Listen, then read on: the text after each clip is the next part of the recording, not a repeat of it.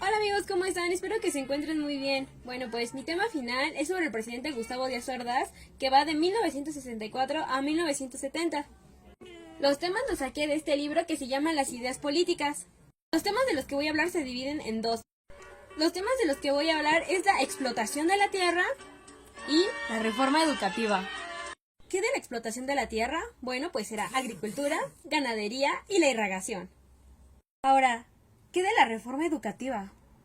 ¿Qué pensaba él del libro de texto gratuito? La capacitación para la industria. Y por último, la educación superior. Para empezar, había una capacitación agrícola. Gustavo Díaz Ordaz decía que los que trabajaban en campo necesitaban tener nivel primaria. Pero no te preocupes, en dado caso de que no la tuvieras o estuviera incompleta, podías hacerte cargo de los campesinos, si así lo querías tú. En lo personal creo que era muy buena opción, ya que si su nivel académico era muy bajo, esta era una oportunidad para aprender y llevar un mejor control sobre las tierras. Cabe destacar que también se tenía que hacer una investigación sobre los productos limitados que había en la nación, como por ejemplo, el café, el plátano, el cacao, la vainilla. Que lo más importante para la exportación era el arroz. Lo que también era el tabaco.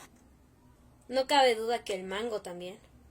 Por último, el aguacate.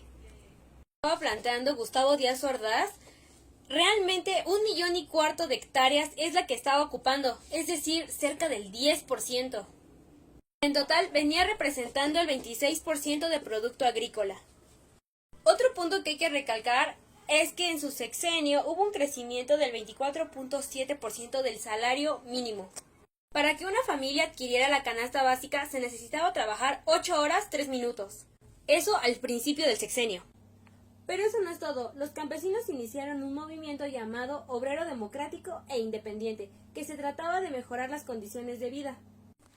Bueno, pues esto provocó muchísima migración de campesinos del pueblo a la ciudad. Pero esto fue bueno o malo. En lo personal creo que fue malo, ya que los trabajos disminuyeron. Había muchísima más demanda y incrementó la delincuencia. Con esto quiero decir que no estoy discriminando a nadie. Por otro lado, creo que fue muy bueno, ya que muchos jóvenes migraban del pueblo a la ciudad para poder completar sus estudios, ya que en ese tiempo no había con nivel primaria y secundaria. También había cultivos básicos. Gustavo Díaz Ordaz sabía que el maíz era el más importante de los alimentos y que se debería cultivar en zonas caracterizadas. ¿A qué se refería Gustavo Díaz Ordaz con decir que zonas caracterizadas? Bueno, pues se refería al bienestar de las personas para que esas personas que lo cultivaban tuvieran dónde comer sus familias. Además de que se utilizaba para elaboración del pan. Los estados que más cultivaban maíz eran Chihuahua, Coahuila, Nuevo León, Tamaulipas y Sonora. Otro producto fue el trigo, que claramente beneficiaba al ganado y a las aves, que se utilizaba para la producción de carne y leche.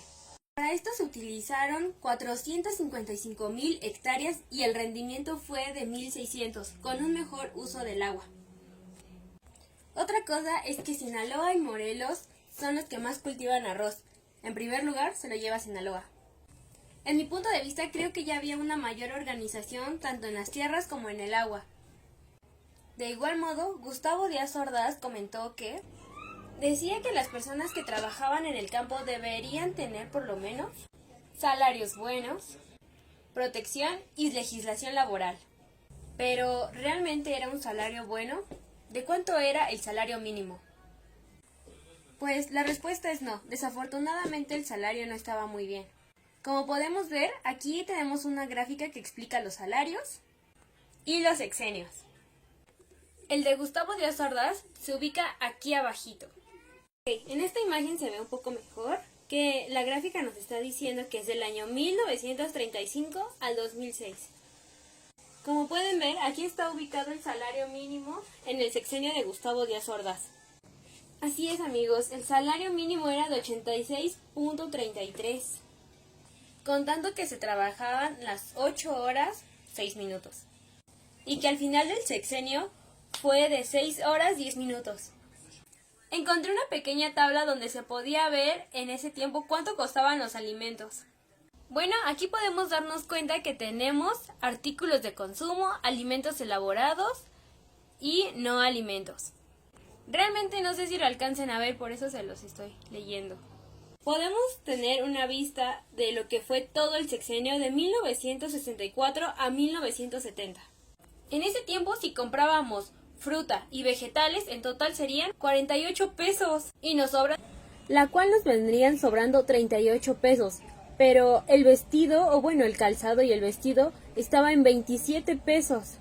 Ahora, reduciendo 38 menos 27 dan 11 pesos. No sé ustedes, pero la verdad yo no me imagino para nada lo que sería sobrevivir con 11 pesos, no sé, toda la semana o lo que falta. Hablaremos sobre la ganadería y sus plagas. A mí se me hace interesante ver qué técnica utilizamos para evitar este tipo de problema.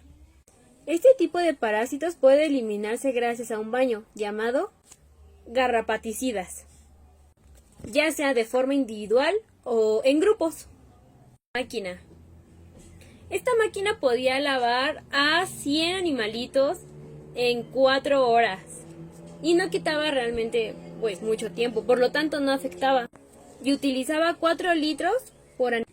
Pero no siempre pudimos evitar este tipo de animalitos. Por ejemplo, en el sexenio de José López Portillo hubo una gran complicación con este tipo de animales, ya que retrasaba la ganadería. Creo que me da gusto, ya que conforme va pasando el tiempo, nos vamos dando cuenta de lo malo o de lo bueno, de lo que hay que mejorar, de lo que hay que quitar o de lo que hay que implementar. Esto sería todo por el tema de plagas. Ahora hablaremos sobre los mercados y los precios. Este tema me causa un poco de controversia, ya que algunas cosas no se me hacen tan lógicas, ya que veremos cómo está distribuida la carne y la leche. Gustavo Díaz Ordaz decía que 30 gramos era suficiente para el resto del día, que vendría siendo algo así. Dudo que ustedes se llenen con una porción así, cuando realmente la porción adecuada es de 100 gramos para tener una alimentación adecuada. Gustavo Díaz Ordaz también decía que donde se criaba el ganado era menos donde se comía carne. Como que esto no me suena a mí lógico, como justamente en donde se cría, donde nace, no se come carne. Así que me tomé la libertad de preguntarle a mi mamá qué era lo que ella comía. Y pues, adivinen qué me dijo. Exacto, carne. Pues se me hizo algo ilógico. Esto que mencionó el presidente Gustavo Díaz Ordaz sí se me hizo sacado de contexto, ya que se suponía que él estaba más centrado en los... Ahora les voy a hablar sobre la irrigación y su salinidad. Pero bien, ¿qué es la salinidad? Bueno, la salinidad es el contenido de sal que aumenta la cantidad de agua. Gustavo Díaz Ordaz comentó el Valle de Mexicali, que se encuentra en Baja California, mejor conocido por hacer algodón. Pero lo mejor es que no nada más hace algodón, también produce carne, leche y flores. Él opinaba que era algo muy bueno ya que generaba empleos y que su exportación agrícola era muy eficiente. Pero claro, a él importaba. La presa de la Amistad en Coahuila fue construida en 1969 con una finalidad de el control de avenidas, riego y energía eléctrica. Fue hecha por el presidente Gustavo Díaz Ordaz y Richard Nixon. Se llamaba así porque Gustavo Díaz Ordaz decía que entre países nos ayudábamos y que unos cuantos litros de sal no podría destruir a dos amigos, y así le llamaron ceremonia de la amistad. Estaba bueno de pensar que nosotros éramos enemigos. Fue entonces cuando se empezó a organizar la economía del agua. Cuando hablamos sobre la economía del agua, tal vez pensamos en cuánto vamos a pagar, cuánto hemos usado. Pero no, en este caso hablaremos de cómo se distribuye por México. Se decía que se podía dar un mejor rendimiento para las cosechas. Su interés era economizar lo máximo el agua y claramente moderar sus cultivos. Decía que las obras que se construyeron los sexenios pasados iban a ser usadas racionalmente para producir su máxima economía.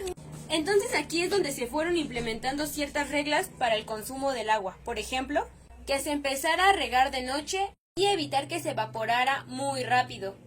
Por ejemplo, en el pueblo de mi mamá, el presidente municipal daba ciertos horarios para el uso de agua. Por ejemplo, las empezaba a abrir a las 3 de la tarde y cerraba a las 8 de la noche la llave. Eso significaba que cada quien podía ir por su agua para empezar a arreglar sus terrenos.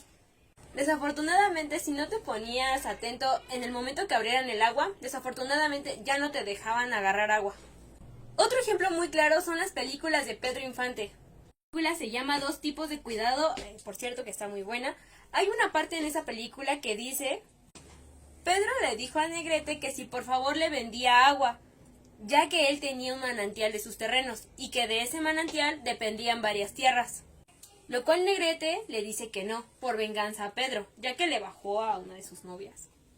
A lo que quiero llegar con esto es cómo en ese tiempo se mantenía distribuido, gente con dinero se hacía cargo de las propiedades más grandes.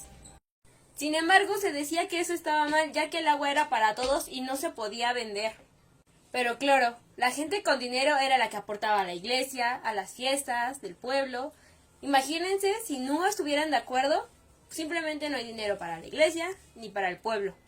Y además la gente de pueblo es más creyente. Bueno, pues ahora hablaremos sobre la reforma educativa, sobre el libro de texto gratuito. Ordaz sabía que la educación era sumamente importante, así que decía que para eso, para México no debería haber solamente una historia. ¿A qué se refería esto? Bueno, pues en esta página encontré los libros que se daban en ese sexenio, lo cual nos estaba hablando sobre México en nuestros días. Aquí podemos tener una breve imagen. Nos hablaba sobre la libertad. Lo curioso es, y que yo me percaté, fue que los libros de texto no tenían tanto texto. Prácticamente se podía resumir muy bien sin necesidad de que el tema abarcara demasiado. Por ejemplo, los libros de mi hermana son muy extensos. Me refiero a que de un tema se puede abarcar hasta 4 hojas. Y aquí, por otro lado, tenía hasta palabras claves si no las llegabas a entender. Y eso estaba bien. Y había un apartado donde decía resumen. También nos estaban hablando de cómo era relacionarse en México con otros países, que nos ponían hipotéticamente un problema y nosotros qué deberíamos hacer, qué opinamos de eso. Me parece que a esto es lo que se refería Gustavo Díaz Ordaz con decir que no nada más es la historia de México.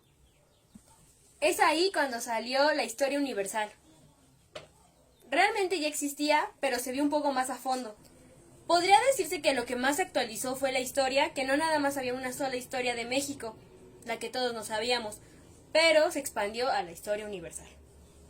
Ordaz decía que había que resolver rápidamente los problemas sociales y económicos.